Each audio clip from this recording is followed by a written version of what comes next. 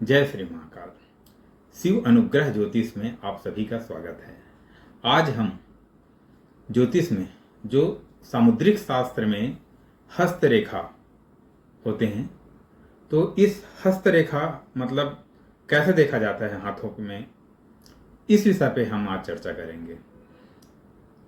ये हाथों के रेखाओं को कैसे पढ़ते हैं, कैसे समझते हैं, इन विषयों पे आज हम चर्चा करेंगे। तो देखते हैं कैसे इसे समझते हैं। जैसे ये हाथ है, तो सर्वप्रथम हम देखते हैं कि ये जो भाग है, जिसे इसे जीवन रेखा कहा जाता है। इन भागों में अगर कहीं भी जो रेखा गई है वो कहीं से टूटा हुआ या ब्रेक कहीं पे दिखाई देता है, तो उस जगहों में जीवन के से संबंधित समस्याएं उत्पन्न होती है। और दूसरा, ये जो रेखा दिखाई दे रही है, इस रेखा को मस्तिष्क रेखा कहा जाता है। हेडलाइन बोलते हैं इसको इंग्लिश में। ये जितनी गहरा और स्पष्ट दिखाई देता है वो उतना ही अच्छा कहा गया है। उसके बाद आता है तीसरा नंबर, जिसे इस प्रकार इस जगहों में से ऐसा होके जो निकलता है और ये जो है सूर्य पर्वत की ओर जाते हैं, तो इस रेखा को हृदय रेखा कहा गया है, जो सूर्य पर्वत की ओर जा रहे हैं। और सूर्य पर्वत की ओर जितनी स्पष्ट तरीके से या शनि पर्वत की ओर जाते हैं, तो उसे अच्छा माना गया है। और यहां से जो होकर एक भाग्य रेखा निकलता है, जो भाग्य रेखा जो है शनि पर्वत की ओर जाते हैं।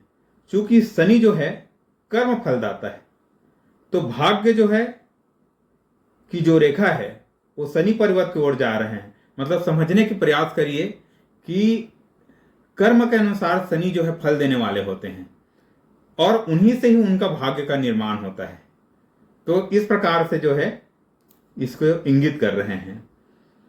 और यहां पे जो सूर्य पर्वत होते हैं और यहां पे जितनी स्पष्ट रूप से इस जगह में रेखा दिखाई देती है, तो इसे हम यश कीर्ति और मान सम्मान से जोड़ के देखा जाता है।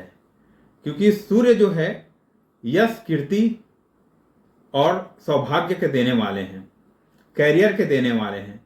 तो जिस भी जातक के हस्त में या हाथों में इस प्रकार के रेखा स्पष्ट जितना लंबा हो सके यहां से, वो उतनी ही जो है यशस्वी और उसका बेस्ट कैरियर, गवर्नमेंट नौकरी वगैरह का चांस इसमें होते हैं। उसी प्रकार से अगर भाग्य रेखा शनि पर्वत की ओर स्पष्ट रूप से अगर जाता हुआ दिखाई दे, तो ये एक प्रकार से राजयोग का निर्माण करता है। अगर सूर्य पर्वत की ओर एक स्पष्ट रेखा और एक भाग्य रेखा जो है शनि पर्वत की ओर जो जा रहे हैं और वो स्पष्ट है, तो ये जो है दोनों रेखाएं जो है राजयोग को की ओर इंगित करते हैं। उसी प्रकार इस जगह को गुरु पर्वत कहा गया है। और भाग्य रेखा का इस प्रकार से और आगे बढ़ जाना, गुरु पर्वत की ओर जाना, तो ऐसे जो जातक है वो जो है उच्च शिक्षा को प्राप्त करते हैं, गवर्नमेंट नौकरी को प्राप्त करते हैं। तो इस प्रकार से इसका हस्तरेखा में विश्लेषण किया जाता है। और जैसे कि ये स्थान जो होता है, इसे शुक्र पर्वत कहा गया है। तो इस स्थान पे जब ऐसा लकीर जो है इस टाइप का होते हैं, तो इसे शुक्र पर्वत में अच्छा कहा गया है। ऐसा जातक जो है ऐश्वर्यवान, समृद्धवान है ना, धन धान से परिपूर्ण होते हैं, यशस्वी होते हैं, ऐसा जो है। और इस जगह को चंद्र पर्वत कहा गया है। और यहां से अगर भाग्य की रेखा निकलता हुआ दिखाई दे, तो समझिए कि ऐसे जातक जो है इनका भाग्य का उदय इनकी शादी के बाद इनकी पत्नी के द्वारा होते हैं। अब ये जो है किसी जातक के दायां हाथ, मतलब एक अगर पुरुष का हाथ है तो उसे दायां हाथ के से देखा जाएगा। अगर वही कोई स्त्री के हाथों के लिए अगर है तो उसके बायां हाथ से देखा जाता है।